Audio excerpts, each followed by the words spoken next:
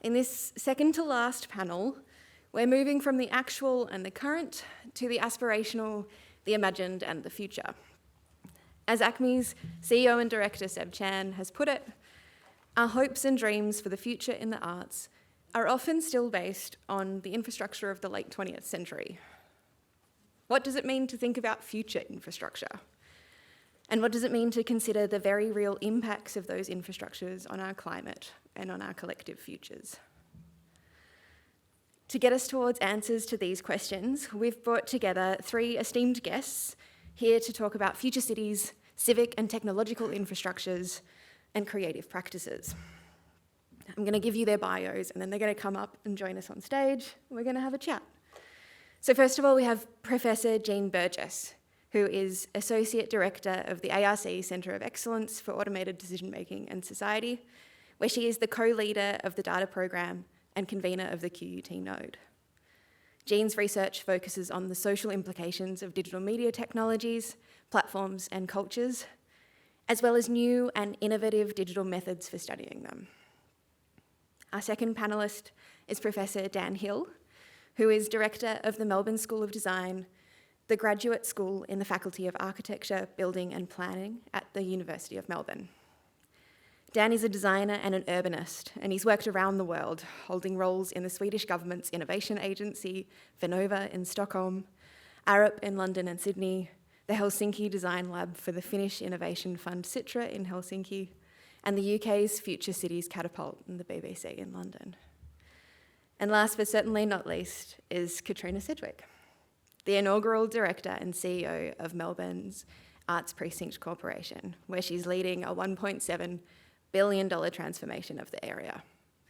Prior to going to MAPCO, Katrina was director and CEO of ACMI, where she led the museum through a period of expansion and transformation, culminating in a $40 million capital project that funded an architectural, technological, and programmatic renewal, delivering a multi-platform museum that you see today.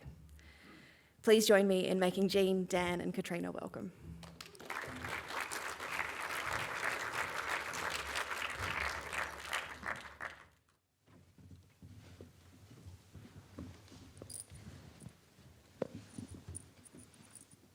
Can you guys hear me? Yes, excellent. So, contemporary cities are, of course, more than the material and the geographic. They extend into the platforms and the communities in which we congregate online to develop, distribute, and consume culture. Jean, I wondered if we might invite you to start, to tell us about your work on platforms and online communities, and how we might use this work to start thinking about the future of cultural production and audiences. Well, it's a long question. I might just give you a bit of a history. Give us a potted history of Jean. Well, I was born at an early age. No. So I guess it's kind of 20 years that I have been looking at what we now call platforms, but we absolutely didn't, or at least in the same way, 20 years ago. 20 years ago, I was just saying to Indigo, actually I do work on cities. Because 20 years ago I was doing a master's project actually on contemporary chamber music as a subculture in the postmodern city, looking at the group that might be known to you called Topology, and the way that it was using the space of the Brisbane powerhouse. And it was a slightly odd project to be doing in an English department, and the web was really coming alive as a place where I think people were finding each other, like grad students were finding each other around the world through these things called weblogs. And I had a blog called Creativity Machine, which I still have that domain name. And in fact, my blog was a big fan of Dan's blog, City of Sound. Likewise. Aww. And it seemed to me, so this was my kind of transition out of being a musician and to doing cultural studies and all of that. And it seemed to me that there was kind of something going on with just the way that the roles of what we used to call cultural production and consumption were being remediated by this thing called the internet. The people in the English department disagreed and thought if I wanted to study digital cultural production, I should be studying what artists and writers were doing and not what amateurs were doing. So I went to this funny little place called QT and started studying what I call vernacular creativity. And along the way, realised that from kind of being technologies that enabled people to make their own stuff, share their own stuff and find like-minded communities, they were aggregating a lot more functions and becoming, I guess, I might have even used the word platform for the photo sharing website, Flickr, which is, I guess, a proto-social media platform. I was noticing how people were kind of occupying it like a space. They were using it like a game. In fact, it was built on in-game architecture for web chat. And so there was this kind of coordination of play that was also about sharing culture, that was also generating new cultural forms, in fact. And so then I was kind of hooked on this interplay between everyday practices, the link between everyday life and creativity, human agency, and what was going on with kind of the macro digital economy, and that's what I've been doing ever since. Amazing. You mentioned vernacular creativity. At the Centre of Excellence, there's a lot of interest in automation, and increasingly conversations that we've been having over the last couple of days, ChatGPT has come up a lot. I wondered if you could talk a little bit around the emergent practices that you're seeing around that. What's something that I'm really interested in is the prompt engineering and peer learning stuff that's going on, and what we can see around sort of creativity and practices there. Yeah, when Midjourney and DALL-E first came out, I was like, right, this is going to be the next thing I'm going to be studying, because people are going to be playing with it and doing everyday stuff. But about 5 minutes later, people were already offering digital services in prompt engineering and monetizing it. And I just have kind of stopped and thought, things have changed and sped up in a kind of a terrifying way. And then, of course, ChatGPT comes along, and people can use it to, you know, I don't know if you talked about this, but, you know, you can use it to hallucinate a virtual machine, basically, and run an operating system through it and all kinds of stuff. We were talking about using it to write arts grants. Yeah, well, actually, I mean, I don't think, there's nothing unique in me saying this. I think a lot of the smartest people are exploring ways to use it as a supportive tool that's embedded in existing practices, and, you know, to use it as a reflexive and creative partner, so that, you know, for example, you actually try to write your thing and then you say, summarise this, and you go, oh, the summary's not what I meant. And that may be very much like what an actual human reader or grant reviewer might think when they read what you've written. But there are always people at the edges of things, combining these technologies in interesting new ways, or critique, using them to kind of auto critique their affordances. And we see that with, for example, early on, you know, the watermarks for stock photography would pop up in like these really weird, distorted ways in Midjourney images. So people were deliberately trying to make that happen and using that to highlight something that these large language models or generative systems hide, which is the source material, which is, I'm not a copyright advocate, so that's not where this is going, but especially in terms of ChatGPT and things, like not being able to say how you know what you think you know is pretty problematic when you're using it for information seeking. Dan, it sounded like you maybe had some agreement there. Academic to academic moment of empathy. Yeah. Because you can imagine it's moving. Well, I'm running a design school where we've had students writing essays for some time, or making a model or doing a drawing as things that they're then submitting. And so we're trying to figure out, well, how does that work? And how does that shift questions of authorship or understanding, as Jean said, you know. And I'm obviously, or maybe not obviously, but, you know, coming from a background where technology is a core creative tool, and in the widest sense of the word. So technology also being a pencil or clothes, you know, or a building. And that isn't how it's often interpreted when it gets down to, right, how are we going to stop students cheating or not, you know, which is the a large part of the discourse at university at the minute. And to unpack that and say, well, let's have a chat about technology and what we mean by that. It's like that's the last thing any of them want to hear right now. But that's where we need to go. And to understand that, I really like, Ursula K. Le Guin's definition of technology, which is something along the lines of the active human interface with the material world. So when you frame it like that, it's like that's all the tools we've ever made to do anything, including culture and many other stuff. So yes, it's Pencil, it's also ChatGPT and Midjourney, and so I'm fine with those things being used in the process accordingly. I think it's great if a designer knows how to use a pencil and Midjourney. Fantastic, but they need to know the limitations of both, what you can do with either,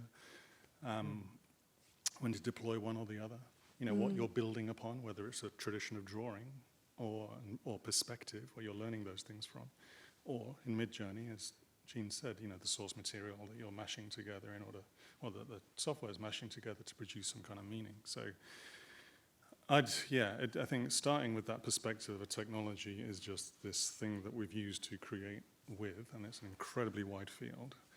Those higher order questions of, or higher order is maybe the wrong word, those questions of understanding, contextualizing, facility with using and craft, that's something I'd like to get to. So the craft of using Midjourney, that would be an interesting discussion. Yeah, absolutely. And I wonder whether this also links to the National Cultural Policy's call for sectoral skills and capabilities development, whether this kind of purposeful mixing and building in of increasingly automated tools into work patterns, workforces, workflows is something as well. And I think, not to get into that policy too deeply, but I suppose maybe underlying what some of Jean's reflections on her earlier work there would be a little bit, you should be dealing with those artists, not that kind of artist. But equally, hang on, isn't this IT? Yeah.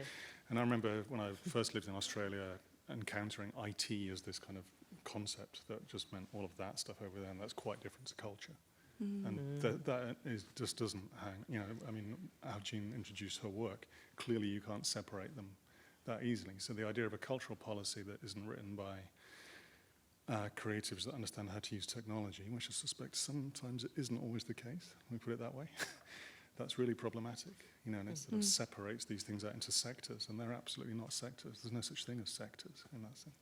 It's something that we've been talking a bit about the last couple of days, of sectors or ecosystems, whether we need to be thinking about sectors is like a really convenient approximation, which doesn't bear any reality to the way things actually might work, just as we have simplified ecosystems into things like transport, separate to housing, separate to environment, separate to planning. Again, that makes absolutely no sense.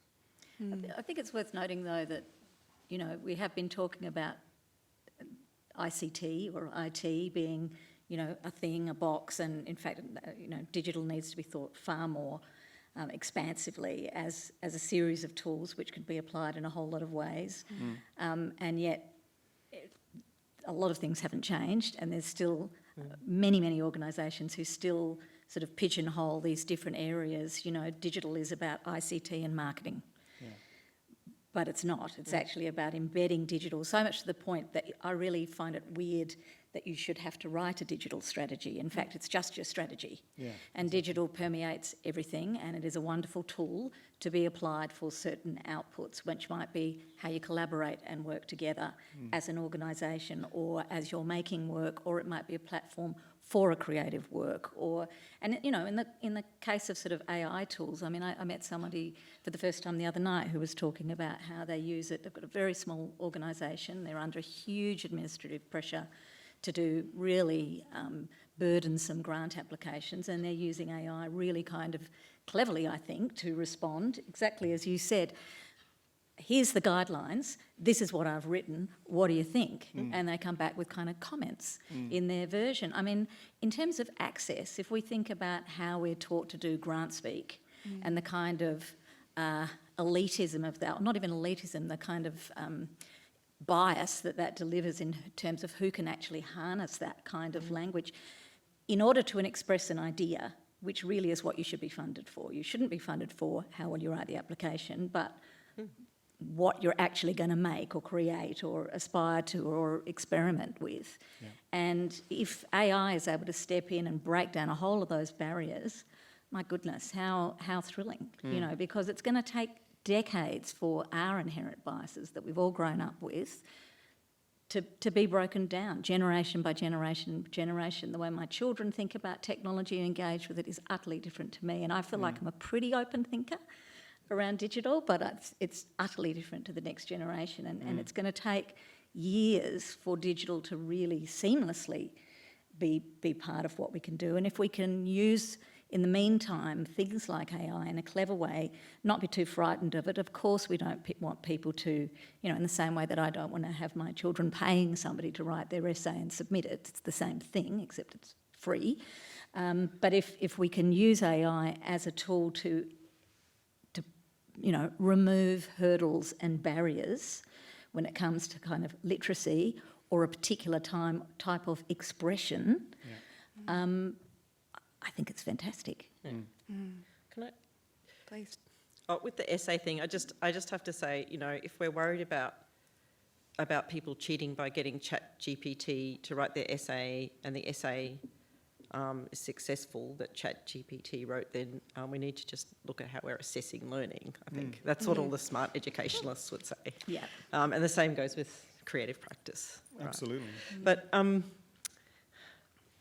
was just thinking about, you know, your fabulous and very important digital inclusion work, Indigo, and the concept of capabilities, which is applied to professional domains, and the concept of literacies, which is applied to deficits, usually in young people or old people. They're all linked, right? But I think there is a powerful case for really rethinking what we mean by literacy in terms of capabilities that are meaningful to people in the context of their everyday lives. And in that context, if you understand that all ChatGPT does is predict that given this word, this is probably the word that will come next, and that grants like are nothing other than a really predictable formula, then that should empower us to use them, not be afraid of them, and also really kind of not get trapped in too much magical thinking about AI. Yeah. Because it's really just a really dumb machine that you put a lot of stuff in one end and it uses that to know what would come out the other end given a particular input. Yeah. I don't want to harp on about it, but I do feel like the digital inclusion work that you mentioned there, Jean, do we run the risk of the unevenness just perpetuating and compounding further? Because if we look at who's got access, who's got the abilities to do this kind of work, we're just going to leapfrog ahead, and enormous swathes of the population remain perhaps better connected than they are today, but still not gaining the efficiencies or the advantages that we're talking about here. How do we deal with that? I mean, that's not the topic of this conversation, but I think it's something that needs to be kind of centred in how we're thinking about this. Agreed. Yeah. I think maybe one of the words there, cities, or maybe the other one, civic as well, kind of forces us to address that. Because when you start applying those systems to things like water or transport, then clearly one ought to have a very equitable approach to that, dealing with inclusion. And we haven't in Australia, by the way, and we haven't in the UK or places, but that would be the whole point, wouldn't it? Like forcing it into that public domain really raises the bar on the social equity question. Yeah. So that's the same conversation when it's applied to like our schools or whatever. Then Essential infrastructure for civic life. Exactly. And it is heading that way. It's kind of, you know, that same software, variations on it would be running through planning applications, they'll be coordinating water infrastructures and things like that. So deeply problematic unless we foreground inclusion and social equity. I want to pick up on civic infrastructure for everyday life. Katrina, you're currently working on an enormous infrastructural project. I wondered if you could tell us a little bit about your vision for the future of cultural infrastructure that MAPCO is building at the moment. What does it look like? Where's it going? Well, it's an interesting job because I started in April, and of course this is a project that's been in development for probably a decade with a lot of creative minds, and it began out of two institutions, Arts Centre Melbourne and NGV, each working independently around ambitions for their organisations to expand, grow, deepen, be maintained. Some of it's really kind of critical infrastructure maintenance stuff. But as those sort of ideas began to kind of build more momentum and get more traction, government through Creative Victoria became more involved and kind of brought those two projects together and began to think more in a kind of precinct context, given their proximity and the fact that they're plonked right in the middle of the city of Melbourne, in the middle of one of the most densely populated corridors of creative activity. When the word ecology comes up again, but, you know, places of learning, of making, of presenting, of researching, of collecting, you know, performing, exhibiting. All of those things are kind of played out in different ways through a precinct that's kind of grown organically, sometimes with really significant government intervention, sometimes not, for a number of decades, and of course acknowledging that it's on ground where there has been cultural practice played out by the people of the Kulin Nations for 60,000 years. So anyway, this job I've got now, MAPCO was kind of invented by government to, we're the kind of responsible officer for that large swathe of cash. And so we're working with NGV, with Arts Centre Melbourne, with Development Victoria, and of course government through Creative Victoria to make sure we deliver that capital project, which includes really significant improvements to Arts Centre Melbourne and within NGV International and the NGV Contemporary Gallery, which is going to be spectacular. But I think one of the really exciting things about this vision is, with its kind of precinct view, it also includes 18,000 square metres of public space. And that public space isn't just going to be a street or a thoroughfare or a road or a connector, it's going to be a garden, which is a highly creative, highly designed act in and of itself. And that garden also provides a connector and a thoroughfare for the people of Melbourne, for all those workers, residents, visitors, to move easily through from the city down through past Hamer Hall and down to South Bank and Sturt Street and all those kind of amazing institutions. And it provides a connector in an area that's always been, frankly, opaque. We had ACMI X there in the Ballet Centre. We were there from 2016, with my ACMI hat on. And it's very tricky to get around. It is hard to get down to MRC and Acker and Malthouse. The uni, of course, you can walk straight down South Bank to St Kilda Road, but it just feels very kind of disconnected from the city. So this is a game changer. I think a huge opportunity to connect right across the river. And as part of the creation of MAPCO, Fett Square got brought in, who had, Fett Square's been a remarkably successful, again, government intervention to create a town square for Melbourne, something that this city yearned for again for decades. It's been hugely successful. People go there. It's got amazing institutions in it.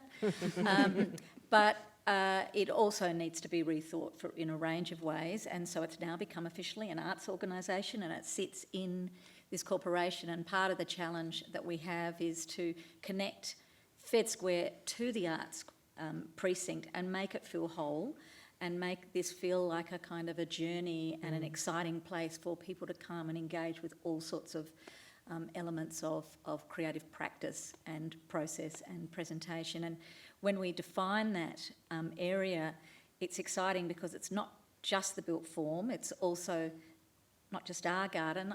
The My Music Bowl sits in the gardens across the road, these heritage gardens that are very old-fashioned models of what an ecology can be, housing not just My Music Bowl and of course Government House, but also the Botanical Gardens and the Shrine, which are also places of really interesting cultural and creative activity, along with lots of kind of science and memory and really important work. So with all of those sort of ingredients together, I think it's not only the job of kind of looking after this sort of very significant amount of money to deliver this really significant pieces of infrastructure within a fairly constrained triangle. It's about how do we leverage that benefit out, and how do we use this remarkable moment of, I think it's the largest amount of money ever invested at a single time in this nation's history in cultural infrastructure. So it's amazing.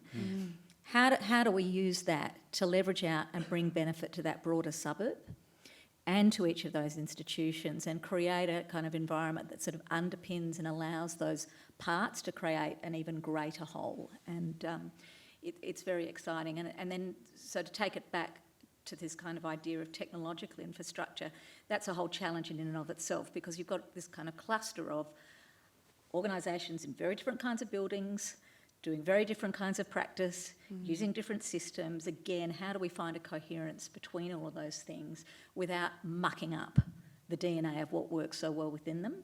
How do we kind of add, enhance, expand, support? And there's a range of ways that we're looking to kind of find this coherence across the precinct, which I think will involve some kind of combination of wayfinding, planting, lighting, storytelling, of course a very clear through line through all of those things, acknowledging the place, which is this place, this land that we're on, of the Kulin Nations.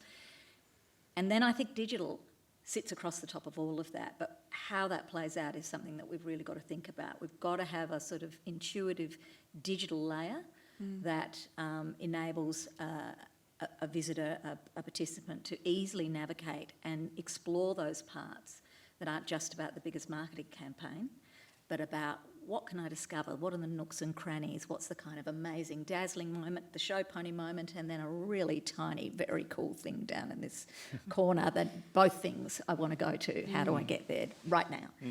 And I think that's going to be very exciting. And of course, the other opportunity, I just caught the end of the previous panel, is collaboration, of course, and how do we kind of foster and support collaboration inherently in a arts context. Everybody needs more funding. We're competing for the same dollars. There is inherently there is competition. There's also territory, there's also old-fashioned ways of doing things, there's a little bit of looking inside. How do we kind of break that apart and enable a kind of opportunities for possible collaboration, or at least at the minimum conversation that is cross-sectoral, cross-platform, and one that is open and inclusive, diverse, and therefore enabling new exciting things to happen. Amazing. I think that connects up with so many of the conversations that have been happening here, particularly around the possibilities for leveraging shared infrastructure pieces and what it means to build off and to provide access to those things. I wanted to link back to your work, Dan, around, Katrina mentioned walkability and access through gardens and things like that. What does it mean for a city to be walkable for the arts and culture that happens within it? I mean, most cities have been walkable forever, except for the last couple of generations, perhaps. So it's not that much of a stretch. That doesn't mean everybody walks, obviously. There's numerous ways of getting around, but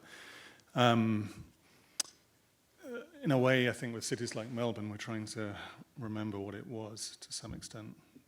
I used to, in this context, I would show a film from 1920, and in places like Melbourne, like a lot of other cities around the world, you'd see kids playing in the street, you'd see people having a chat right in the middle of the street, someone walking into the street, reading their newspaper without looking. It's quite hard to watch. You're kind of looking through your fingers most of the time because you're assuming there's going to be a traffic accident. But of course, those cities were often much safer than when traffic came in because they were basically humans and horses kind of navigating around each other, and neither of those things are particularly inclined to bash into each other. So there's a certain speed to that, and there's a certain, what Jane Jacobs would have called the ballet of the street, which is this kind of everyday aesthetic and cultural experience, and yet also highly pragmatic and functional at the same time.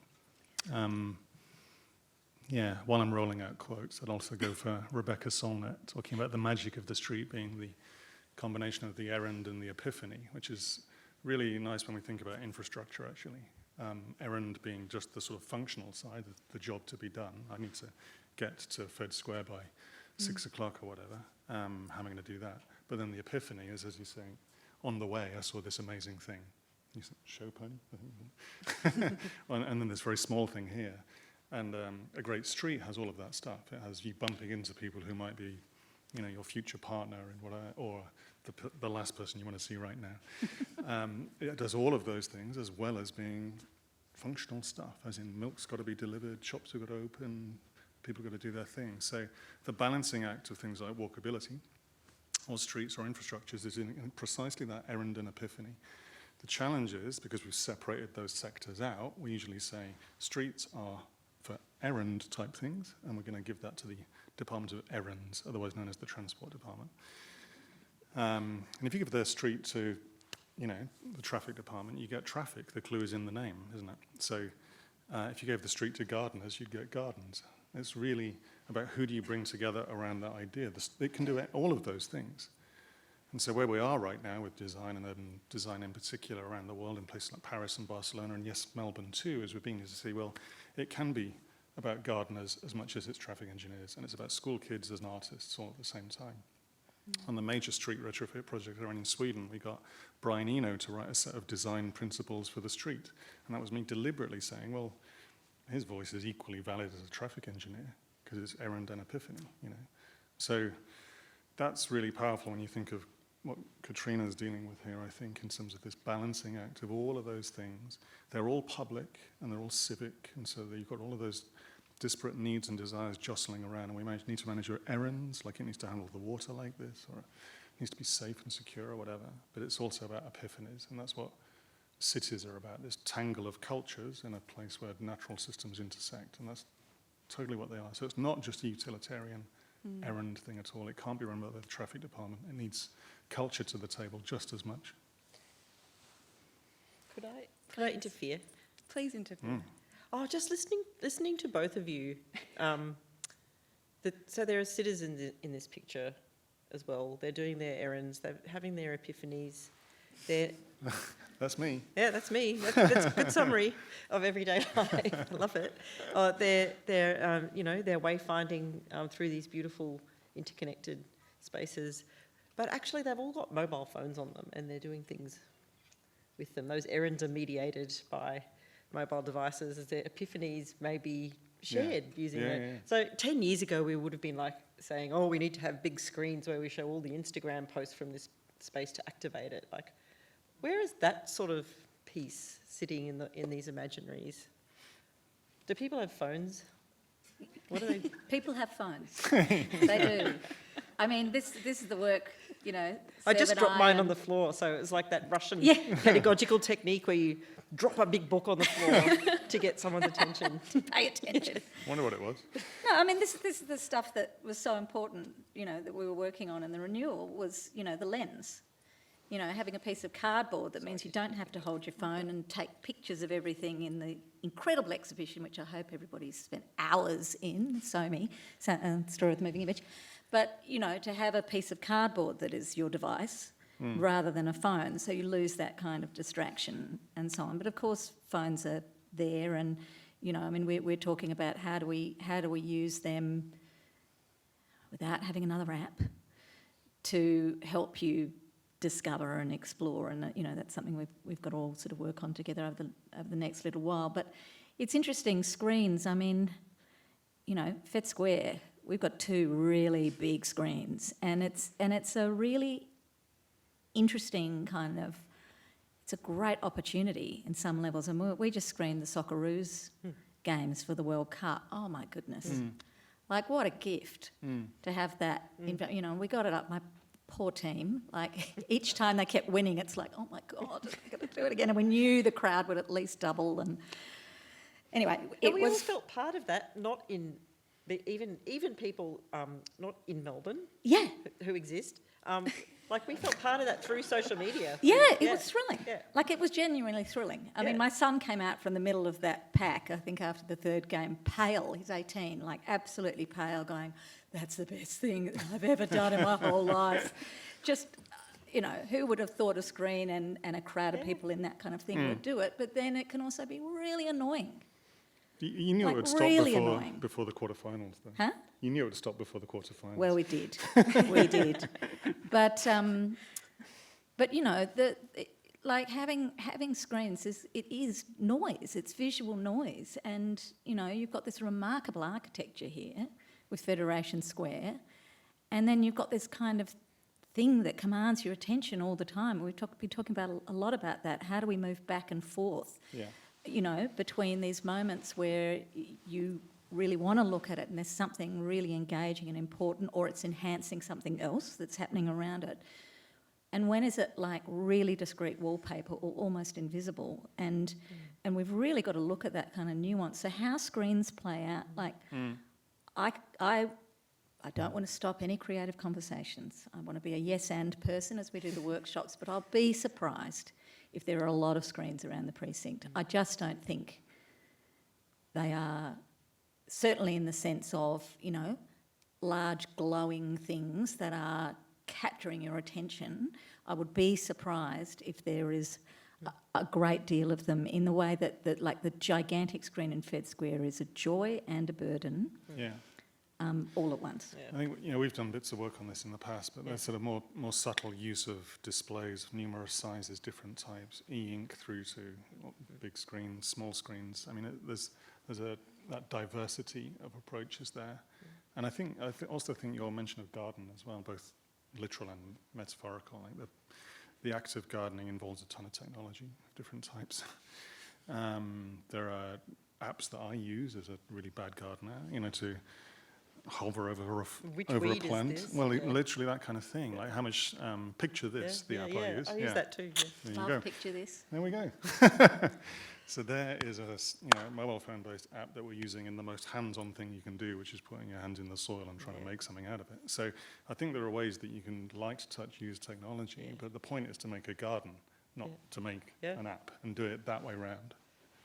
But well, that's the role that mobile media play in the errands and epiphanies of everyday life. So I was kind of curious to hear. Yeah, well, everyone's got the kind of powerful computer with them. Yeah. So how much do you, I mean, we had a conversation actually early on with Dan and Seb and Rory actually, just talking about, because we were talking about, well, what infrastructure needs to be in there? So if we, you know, in 10 years' time, you know, everyone's got 6G, what does that mean in terms of... But not everyone. Sorry. Well, whatever it is, I don't know, whatever it is. I would have said it if you didn't. A lot of people. Yeah. But whatever it is, so you've got this kind of opportunity to do stuff with technology. So what do we need in terms of pipes now with what we're building for what we don't know could be possible for artists who are like harnessing these tools and doing really kind of amazing stuff with it that no one's even thought of? What do we need to put in the ground now so that we can be ready for it? And really it's just a pipe, you know, and some places you can plug in. I mean, you need power and you need the opportunity to have a lot of data potentially. That's sort of it. And then design it to be adaptable, because then you don't know what you're going to need in And 10, 15 years. right? Yeah, exactly. And it's those words of openness, adaptability, all of those things, diversity, they enable the kind of resilience that we'll need in something like the arts precinct there. And it's focusing then on, again, to borrow the first principle that Eno came up with for the streets that we did in Sweden. He said, think like a gardener, not like an architect. Design beginnings, not endings. And it was just that sense of, you can get going on this now. You can start with the beginning and concentrate on the beginning. You can't possibly know the ending. In fact, it's a mistake to think, obviously, a garden is never finished. A street is never finished. And we'd go crazy trying to imagine what your thing is in 20 years and I'd get it horribly wrong. So all you can do is say, let's focus on the beginning, make that as good as we possibly can, and then like a gardener, stay on board. Because nature's going to do things to it, so we need to adapt. That's not going to work there. Let's move it over here. That pipe needs to be bigger. This one we can take away. Policymakers and governments usually hate that kind of thing because you can't promise. You know, they want to say, yeah, but how many tons of concrete do you need in 2029? And I'm like, well, cannot answer that question for you. You know, it's the wrong question actually. I understand why they're saying it, but it's, you know, we have to really hold back and say this stuff we can start with and be sure about. After that, we're going to make a garden. That's constant adaptation. Yeah, well, and so, you know, the garden is going to be beautifully designed, and then we're going to employ a key creative called the head gardener. And they're going to be there looking, learning, changing, adapting, being highly creative, designing a living thing that will continue to evolve and change, particularly with impacts of climate change, which we're already trying to sort of predict in terms of what that original garden will be, but it will obviously continue to evolve. And in the same way, you know, when I came to ACMI, one of the first things I did was get a chief experience officer, because again, it's a constant evolution. It's not like it's done.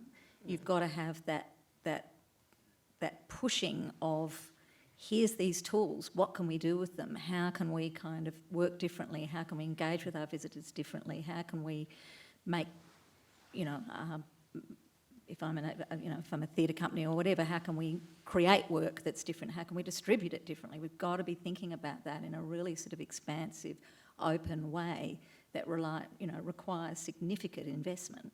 Mm-hmm. It's not about having an ICT department and outsourcing. It's about really investing in that expertise, like you do a senior curator or an artistic director, whatever it is. It's like you've got to have that, pay for it, and invest because it is a continuing conversation, and that's what brings benefit.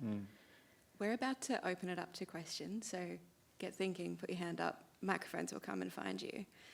But I wanted to just pause for a moment and think about those people who don't live in Melbourne, Jean, the people who live outside of cities.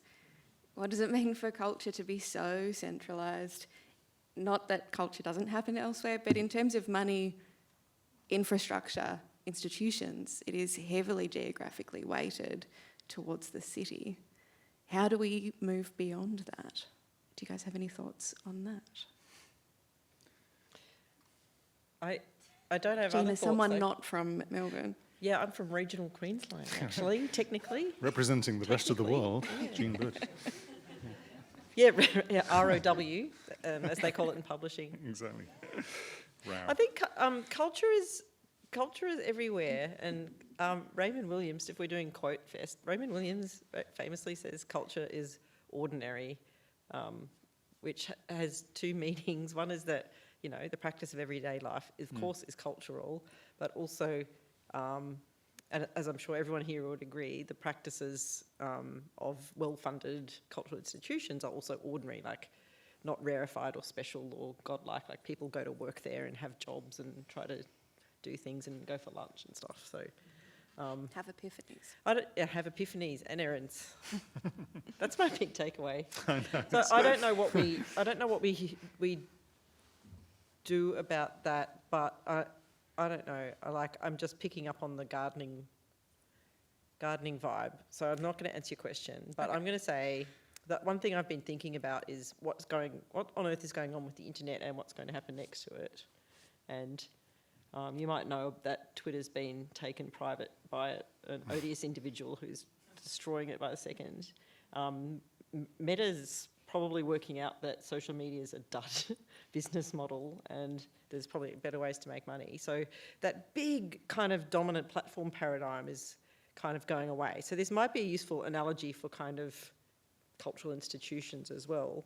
And I love hearing about the kind of garden, almost like a community garden aesthetic. Yeah. And so I think that that's one pathway that the internet could be taking and social media could be taking. There are people kind of either revisiting blogging, it's not just nostalgia, thinking about that phase, or using some of the new federated social media platforms or decentralised social media services like Mastodon. It's just one example where it is very much about openness, interoperability, absolutely not getting mortgaged to a particular technology, particularly a commercial one. So you could sort of think about if Twitter and Facebook are like mega malls, then I think one future for the internet is like a community garden.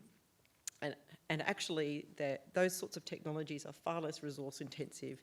They don't require you to have resource-hungry apps and a super fast internet connection. They're actually very lightweight and kinder on the planet. So I think this kind of whole ethos is really exciting, actually. I think the internet's more interesting now than it has been for probably 15 years. I mean, a lot of the other technologies are also in that distributed, decentralised mode. Again, looking at the infrastructure work, like energy systems, could only have been in the last, my lifetime, a coal-fired power plant in country Victoria. Now is not. Australia has the highest uptake of solar cells on rooftop in the world.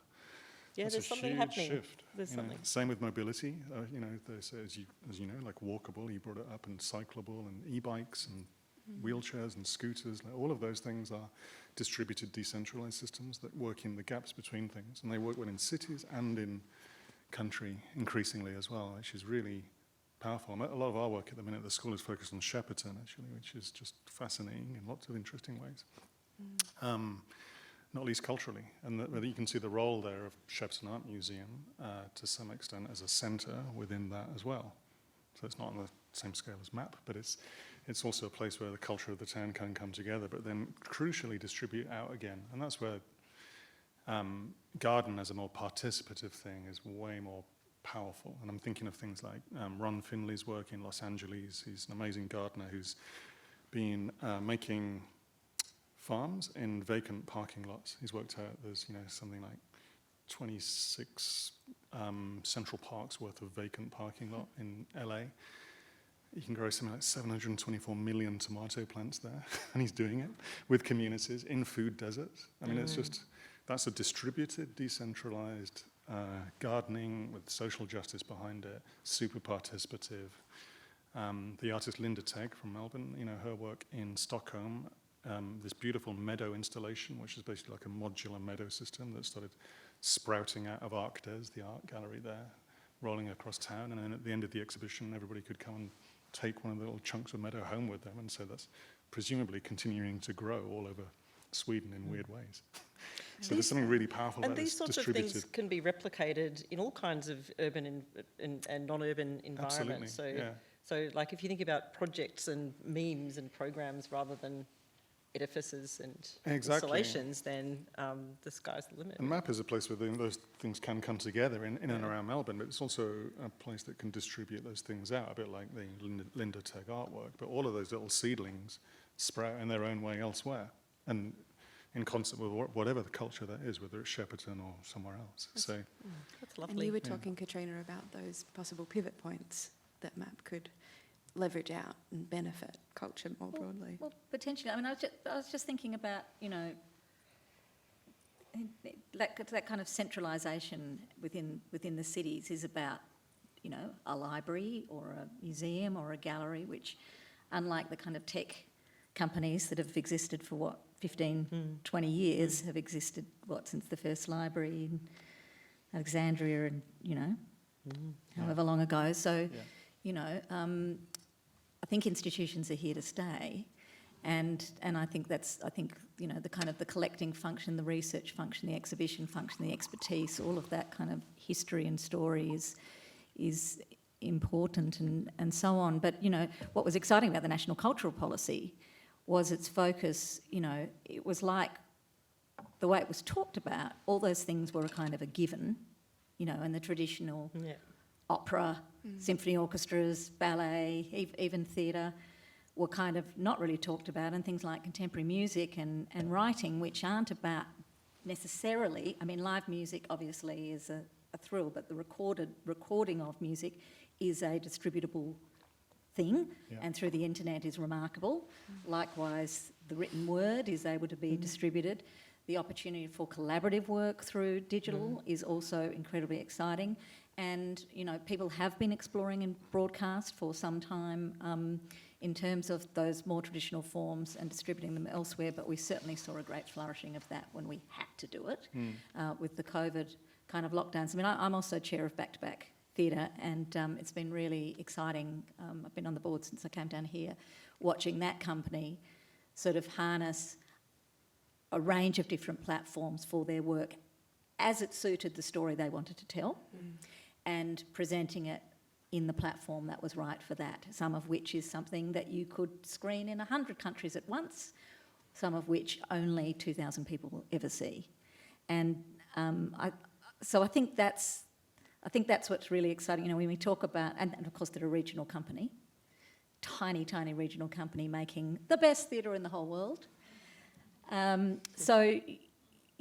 think tyranny of distance from the kind of core can be thought about in different ways, and we see that in kind of different business models where kind of small home-run businesses are able to operate again globally and really kind of become sustainable for individuals and for kind of niche practice, again, through digital anywhere. So it comes down to a literacy and a confidence to be able to get into those platforms and explore, and that's why, anyway, that's a whole other thing to make sure that people can get in there and play. Yeah. But I think that whole idea too of local and city has completely changed, certainly in Victoria after, well, COVID's still going, but after the lockdown period, what this city is, how it's going to operate is forever changed. How we use it, how we live in it, how we make work, how audiences, engage with it is different. Yeah, and not having been here in lockdown, so I'm not going to talk about that, but I was in Stockholm, but it was, those things are long running as well before COVID, like e-commerce, taking a lot of the retail function out of the city centre, not a bad thing in lots of ways. That's a super distributed model. Office work shifting, that was happening well before COVID. COVID might have given it a bit of a bump, but you look at people working from home, that was happening from 2012 onwards. A consistent line, and COVID hasn't actually shifted it that much. It's just kind of the patterns become clearer. So that all asks serious questions about the idea of a centre, as if it's predicated as a central business district. But if it's predicated as a cultural district, that's fine. That has a lot of richness. That can be much more open and participative in lots of ways, far more diverse in terms of its uses. So that will have a resilience to it. And the tech has really kind of shaken that stuff out in a very powerful way. Amazing. We are right on time. Jane, do you have any final thoughts that you would like to wrap us up on? No? Anyone else? I will wrap us up. I think this has been such a fascinating conversation, and I think your final thoughts there, Katrina, are around the city changing and how we interact with the city. It is going to be such an interesting thing for us all to work together on. Please join me in thanking Jean, Dan and Katrina for sharing their thoughts. Thank you.